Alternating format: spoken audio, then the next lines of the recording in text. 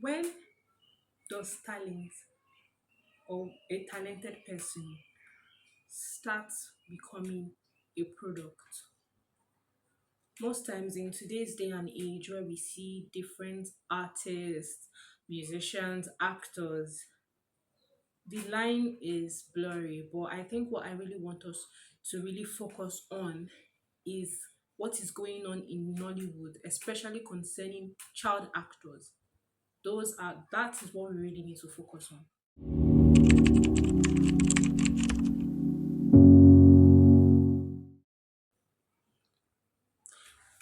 Now, very often than not, we see children in Nigerian movies and they are just props. They are just there, lackluster performance. The line delivery is so flat.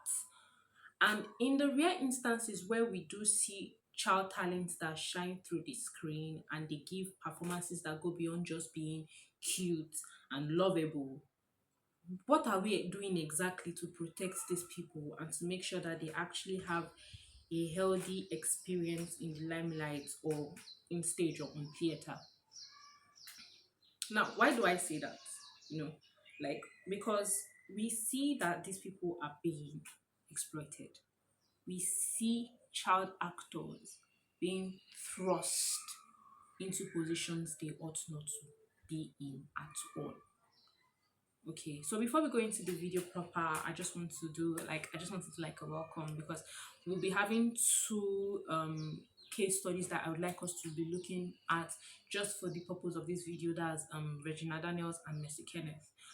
And before we go into the video proper, I just like to say Happy New Year to everybody. I know it's weird that this is coming in like April, because I don't even know when I'm going to end up posting.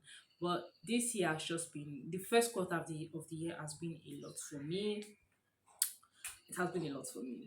I just like last week I had a tooth infection. I've been having classes back and forth, and just know that since the beginning of this month I've been trying so hard to bring like to come to you guys with good content. Like I want I we've done like a massive rebrand. We've strayed from, I won't say straight, but we've everything everywhere with D is gone. We are now at Fair Dollar TV. So yes, guys, I officially welcome you to Fair Dollar TV, the channel where we talk about cultural phenomenon that we as a people have grown too comfortable to ignoring or to just looking away. Obviously, I'm not a unicorn. Well, yes, it's a unicorn in this instance. I know that there are so many people that are talking about this particular thing, but I feel like I just want to share my own 2 cents on this particular matter, and that is why we're talking. So now back to the video proper. So first of all, we have to talk about our first case study, which is Regina Daniels. Now, Regina Daniels who is currently 25 years old now. She started her journey as an actress at the young age of 7 years old. She's the daughter of Rita Daniels, for anybody who doesn't know. So you could say, oh, this is a Nepo baby, but Regina Daniels actually came into the screen with what we could know as talent. She was quite talented. No, she was just, and she was beloved. Yes, beloved. As soon as she got to the stage, she became the nation's daughter, and very soon you would see her in so many roles, so many African magic epic movies as maybe a sister, a younger sister, an older sister, and right before our eyes. I don't know why I'm saying right before our eyes, because she's older than me, but even at my age, like right before our eyes, we're seeing her grow into like maturing into a lady, and we could see it even in the roles that she took. Okay, so I think where the issue now came through was a marriage to Ned Monko. Forgive me if I butchered the name. I don't know if I'm even saying the right person at this point, but yes, and that was what like kind of made everybody like, what is going on? What are we talking about? What is this? What is that? Essentially because she was she was going to be marrying into a polygamous home to a man old enough to be her father, if not even older than that. And it just raised a question on what is going on. I feel like that is something that I really want us to like. What is your take on this, guys? Do you think that this is just a normal like marriage, or this is just a marriage of convenience? Like, oh, it's just like this, maybe a contractual marriage per se, like the dynamics of it, because we are not going to be lying to ourselves and saying something of maybe they were in love or anything. We know that there is something contractual about it. So are you in the place that thinks this is just strictly contractual, just like a maybe a business decision, or do you genuinely think there's something more insidious? I'm more like, I'll say I'm in the middle, because obviously we are not going to be coming out and be saying things that we have no idea on.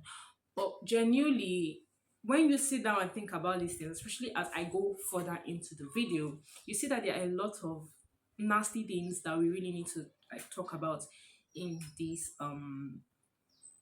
video, and concerning like the Nollywood industry. Okay, guys. Okay. So I think the second case study is Mercy Kenneth, and Mercy Kenneth is the reason why I made this video. Yes, she's the reason why I made this video. She's 16 right now, but I remember watching a movie about her. Like, she was the lead in it. I think she was. I don't want to lie. I don't want to steal. Mo fẹ́ parọ́, mo fẹ́ jalè, mi ò fẹ́ jalè, you know. But I'm pretty sure she was 12, 13-ish. Let me just for the sake of benefit of that, let's say she was 13, 14-ish. And the basic storyline of this movie is, guys, bear with me. I might yap a bit, but just bear with me. She's the daughter of this middle-aged woman, as you know, as it normally is. And this middle-aged woman, let's say a mother. So let's just say the Mercy's character's mother. Let's just say Mercy. Let's just say Mercy for now, guys. Forgive me. I just want to put alleged. It's not even allegedly. This is just for the sake of making the explanation easy. I'm not saying Mercy's actual mother, but when I say Mercy in this scenario, I'm talking about Mercy's character, okay? Not Mercy herself. But Mercy's mother has this friend who is barren, and um she now decides for some reason that she wants Mercy because she's barren, and her husband's family is hammering her and saying, get married to somebody else that can bear a child for you. And she realizes, actually I want the person who will destroy my family to be somebody I actually know. And no, I'll go a step forward. I want the person to be a minor, because I don't know, Nollywood is just going. I don't know if they are trying to say that she was not a minor in the series, but because she's a minor at present, so it's even still going to be very, very disgusting. But essentially, she asks for Mercy, or like, let's just be clear, Mercy's character, to be the one to marry into her family and birth a child for a very old husband. I'm going to find clips of the film and put them on there. Okay, I pray I find them. I pray I find them. And Mercy ends up like in this weird relationship with the old man, where it was kind of like fatherly but pseudo-sexual and romantic. And then the woman who wanted to destroy her home with a minor decided, like, I actually don't like this. I don't like them competing with my daughter's age mates. I don't have a daughter, but I could literally give birth to her. I don't like them competing with with my omotim molebi, that kind of thing. Okay. And decides that she's going to kill the girl, but things doesn't happen. She gets exposed, and they lived up, and the rest of them live happily ever after, and that's how the film ends. And I was so disgusted, and then I think that made me like delve into more things, and I saw that she has actually also been in like romantic movies with men that were like older than her, men that could be her father if they were irresponsible enough. Like 30, she was. I'm going to give receipts, guys. I'm not throwing accusations like willy nilly. She has what is it called? Acted movies adjacent to Michael Zubi. That man is, I'll say, a veteran in Nollywood. A child should have no business in those kind of situations. She should have no business in those roles, in those movies. And that is what does that genuinely mean? I want us to really think about it. This has a psychological toll on a person. When you are putting a child in a space where even adults struggle mentally, we've seen it. Even live like, let's just leave this face, the face of Nollywood. Let's go abroad to Nollywood, where we see people like Demi Lovato, Jojo Siwa, people who grew before our very eyes. They begin to spiral in adulthood because there is a psychological toll that happens within them through in the industry. We've seen books written by we've read books like written by Janice McCurdy. I'm glad my mother died, where she talked about the things that went on, the psychological toll that it takes on a person, on a child, to be the one fending for their family, to be the one being actually providing the money. Now, that on its own is a lot. That on its own is a lot. Now, we now put it in this disgusting scenario where we are like, you cannot see Mercy Kenneth and say she is 16 years old. Bro, we look like age mates, and I'm very well older than her. Okay, I'm not going to tell you my age, but I can vote. Okay, I can vote. I very well can vote. I can do a lot of things. I mean, in Nigeria, sure, some countries I may not, but that's not even the issue. I'm in the university already. I think Kenneth, maybe at best she's maybe entering. That's if you know, maybe most people maybe at her age she's still in secondary school or entering university. I've been well into university and she looks older than me because of the way they have propped her. And that asks me, like, that raises a question. Who is this for? What is the market for this? Why are we making movies that we think that, oh, the director or the casting director or the investors think that, yes, do you know what we actually want?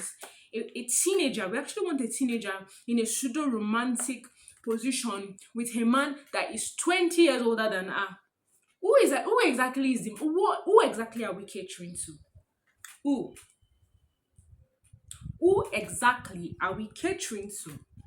So I feel like that is something that has really, I feel like, and if I'm like, if you watch this and you think, oh, it's not that deep, you're saying it's disgusting and insidious, you need to reevaluate yourself. Because if there are people, if there are movies like that, if she's seen roles like that, and it's not one, it's not two, I'm not going to lie and say it's three, but for you, that means there's a market for them.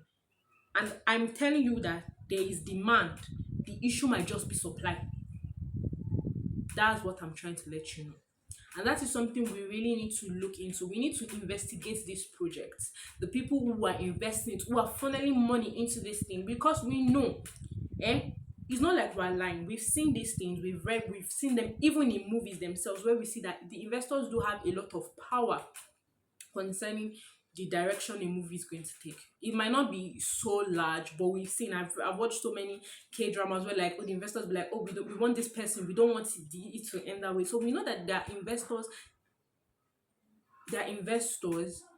that push this.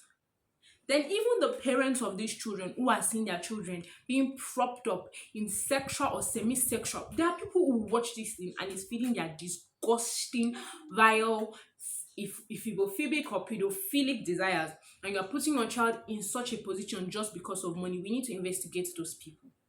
And that is why I call for Nigeria's legislation or legislators to actually bring something of what we can call legal protection, maybe like America's Coogan's Law, where we know that these children, as they are acting and providing entertainment, their talent and their self and their mental health and their physical health is not exploited, and that they are protected, that there is regulated hours, that they're not putting obscene roles and movies.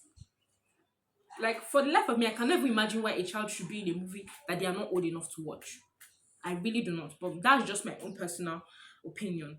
I feel these people should have psychological support. We should see to it that their education, like, aside from their what is it called, their talents, their acting talent, that their education is actually even being seen through, that we know that these people, they are okay, so that we do not see the likes of what went on with Jojo Siwa and Demi Lovato, where in their ways, when they're about to enter adulthood, they were going through identity crisis because they did not know who they were outside of the limelight. They could not separate themselves from the limelight. It is really, really, really hard. Okay. And I think I don't have to mention, I think I just, for the sake of, I don't know how to put it, just for the sake of it, that the Nollywood, I'm not saying that Nollywood is, 666 and, the Illuminati and all the bad people in the world. I know that they are genuinely, what is it called?